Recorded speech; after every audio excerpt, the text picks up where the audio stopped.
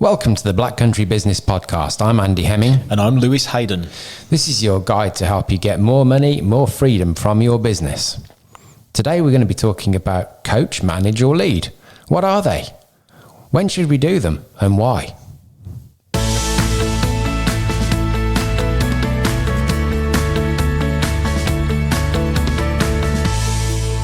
Welcome, ladies and gentlemen. You're listening to the Black Country Business Podcast. So today you've got the delights of me, Lewis Haydon, and Andy Hemming. So, coach, manage or lead. These are some terminology that I see floating around the business world. I see it on LinkedIn as well. But I thought today we'll get into the nitty gritty by speaking to us as coaches that coach lots of businesses around the West Midlands and the Black Country.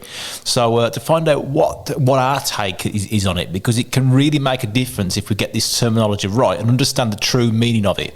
So Andy, I'm going to put this over to you then. Coach, manage or lead? Yes. Yeah, all three. All three. And some of those need to be permanent and some of them need to be situational. So right, okay. Probably should talk a bit more about that, shouldn't we? Yeah, go ahead. Give us your experience on it. I mean, Andy, you're the UK's number one highest client rated business coach. So I'd really like to understand what coach means to you, what manage means to you, and what leadership means to you. What do you mean first by this situational stuff? Well, I think the thing is, there's a great model out there, isn't there, called the Situational Leadership model. And for me, I use that with a load of clients to get them thinking about how they're behaving in their business, because a lot of them are not necessarily choosing the most appropriate response to their team. We'll probably expand on that in a second. Okay. Should probably describe the model first. Yeah, the situational leadership. Yeah, so... if you imagine a 2x2 box, so there's four elements within that box. The horizontal axis would be level of directive behaviour going on in the business. So more directive would be telling people what to do, less directive, not telling them what to do. Yep. And then the vertical axis would be supportive, so high level of support or low level of support. Okay. So if you think this model starts in the bottom right hand corner, and by the way, you might want to be writing this down as I describe it, because then you'll be able to picture it in front of you. So what you're saying is four quadrants. Bottom right quadrant. Bottom right quadrant is high level of directive, low level of support. Yeah. And we'll call that directive behaviour. Yeah. Okay. And what directive behaviour means is basically telling people what to do. Yeah. Then we go up into the top right hand quadrant, which is high level of direction and high level of support. Okay. That's called the coaching box. Okay. And we'll talk more about what that means in a moment. Then we go across to the left-hand upper box, which is low level of direction and high level of support. And that's actually called supporting. Yep. And then we go down to the bottom left-hand box, which is low level of support and low level of direction, and we call that one delegating. Right. Okay. So if you imagine a sort of bell curve shape going from directive up through coaching, across to supporting and back down to delegating. Yeah. So let's start with directing then. What's the value of somebody being... So we've got a choice as leaders or business owners or managers or even anybody in a team, really. It's any individual to be in one of these quadrants at any point. Yeah. So let's start with directing then. What's the value of being in the directive box? Well, I think I'm going to pull it back just a little bit before you do that, because if we start with the end in mind here, where do we want to end up? Good point. Well, as a business owner, right? we want the team to work without us, don't we? So we've got to be able to delegate.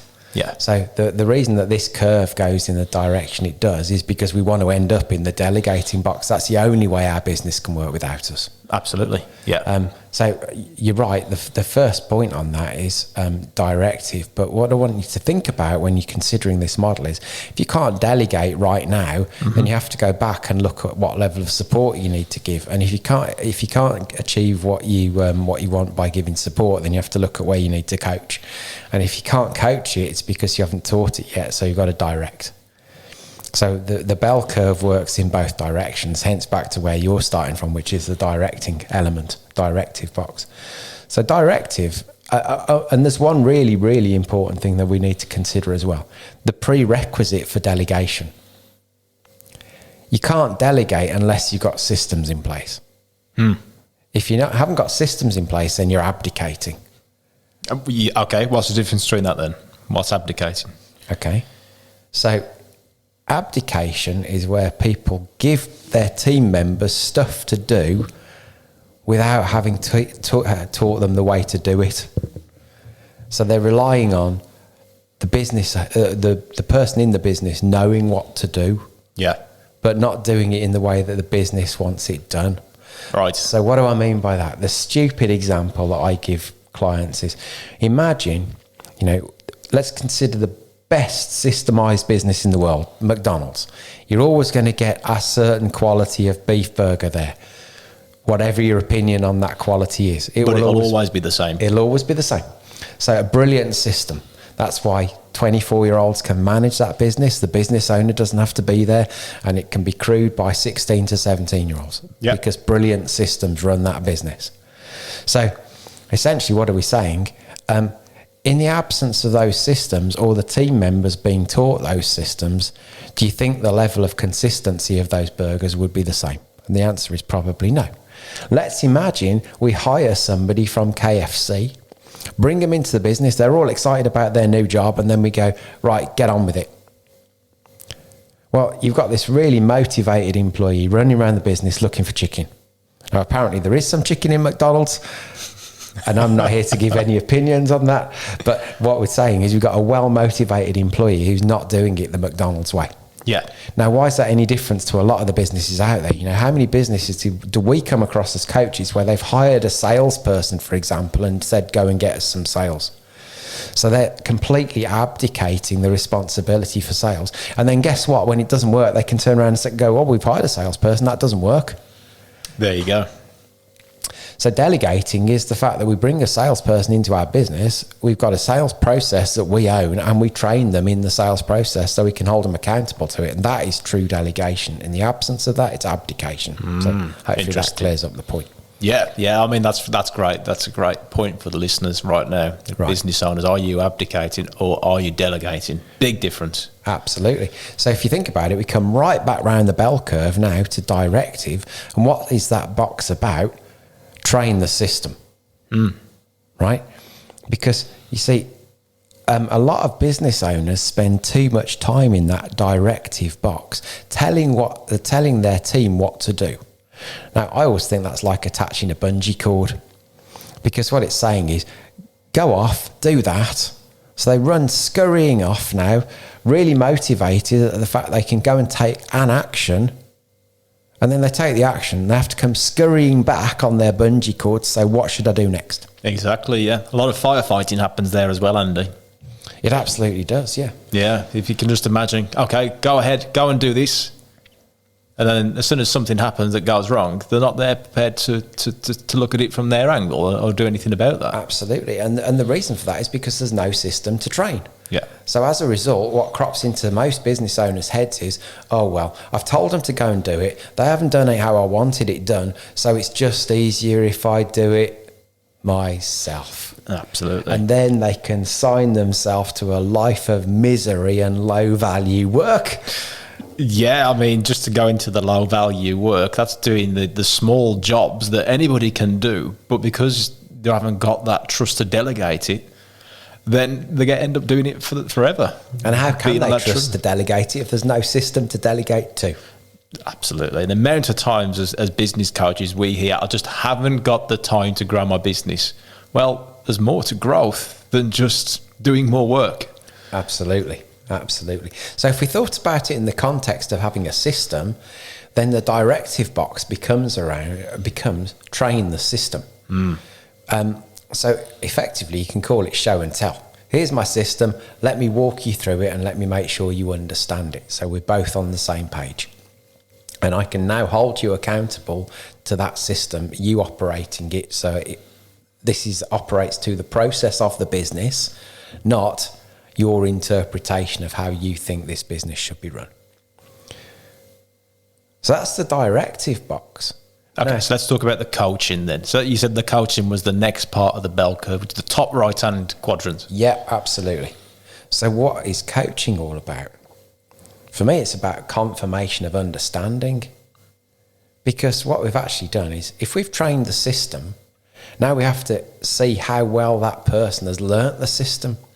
So by asking them some questions around it, we can start to find out what they understand and where the gaps in their knowledge are.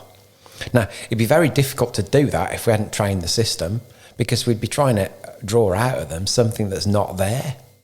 And that's why, when we're coaching clients, sometimes you have to teach them a bit of stuff to change their level of knowledge so that we can then ask them questions about how they're going to apply it.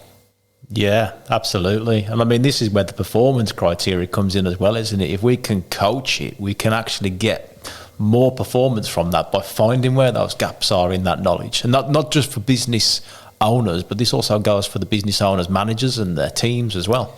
Completely. So in other words, what we're doing is starting to create leverage, isn't it? Because whereas when I was the only person who understood the system in the business, there was only me who could have thoughts around it. Yep. Now there's more people understanding the same system in the business, so lots of people can be having thoughts about it.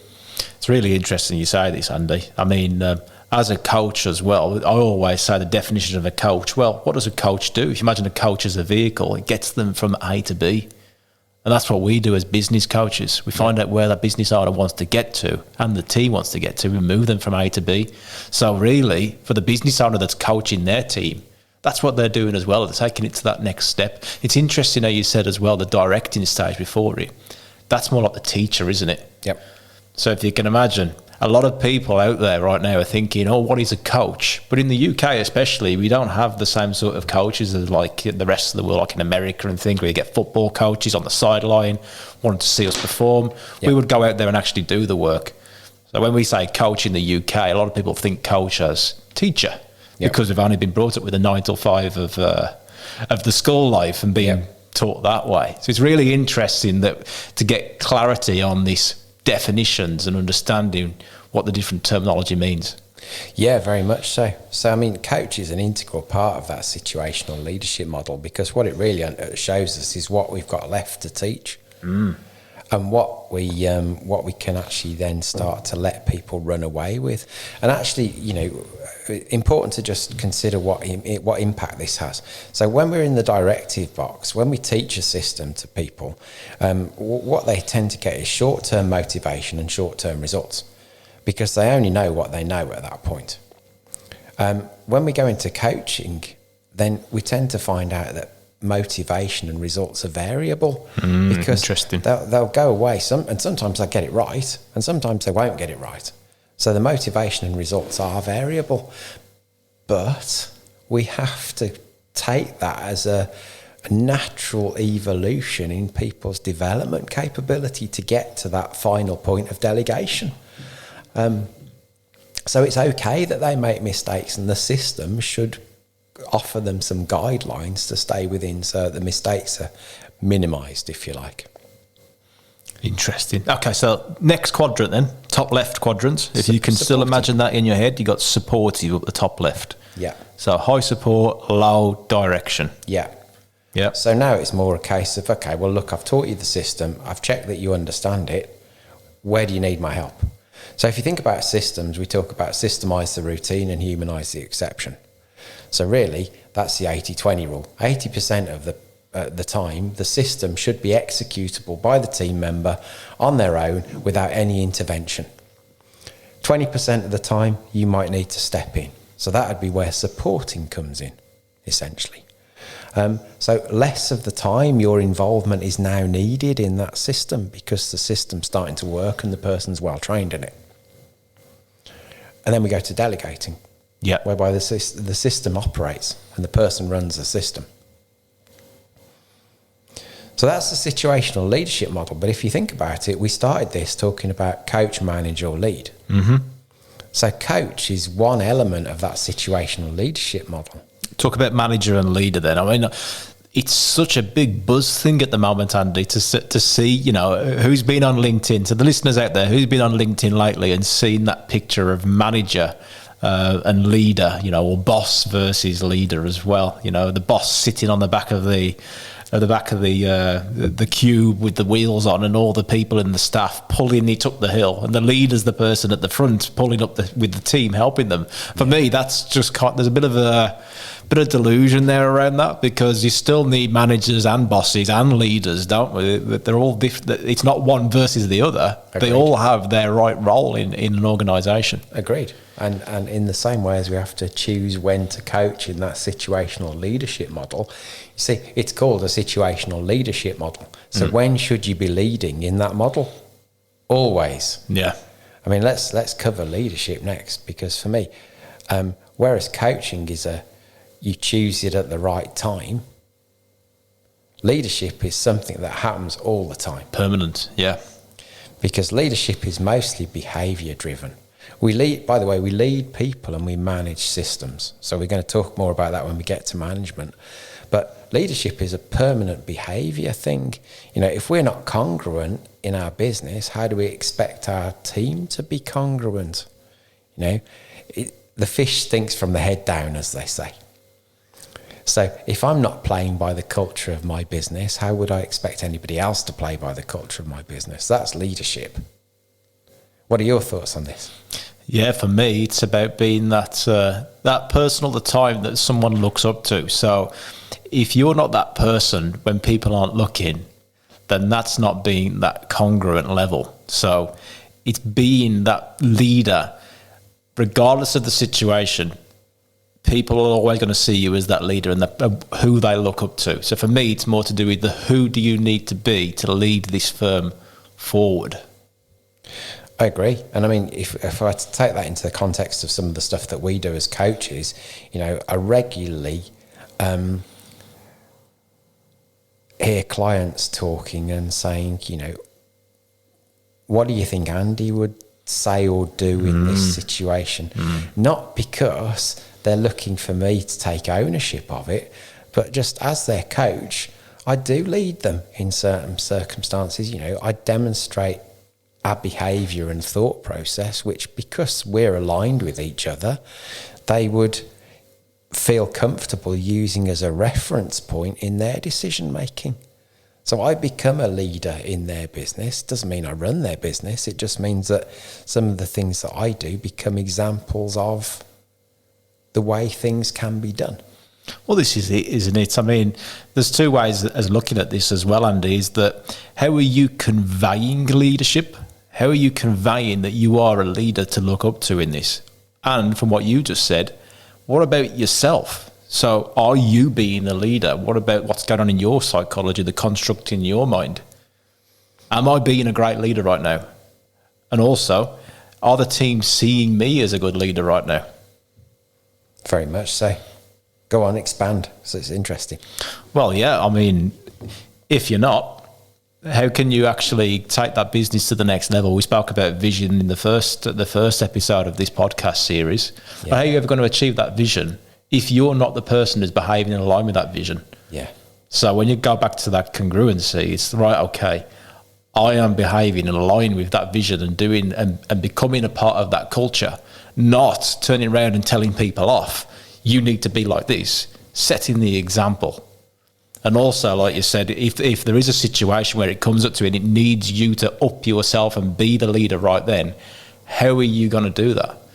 Yeah, I mean, it's great, isn't it? It just reminds me of the first session that I did with your family business. When we talked about what the next level of that business was, and I sat down with Sean, who runs the business at the moment, and Clark, who's heavily involved in the business, and they told me about where they wanted the business to go. And I said, right, well, if you think about the business being there, what would be the words that you'd use to describe the leaders of that business?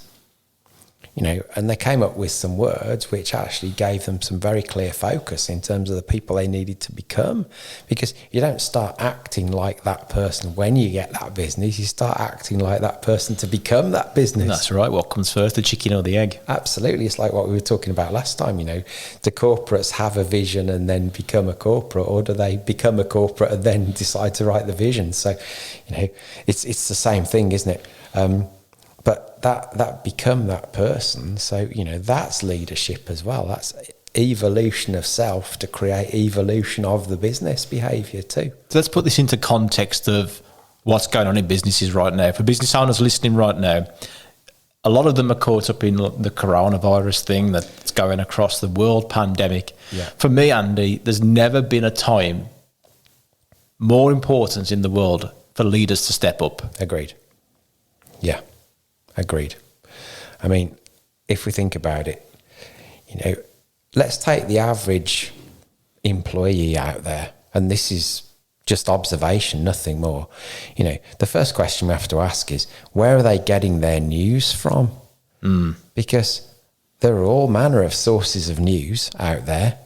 All of them are valid at one level or another.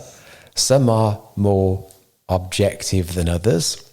Some are purely... Go on, you can say it.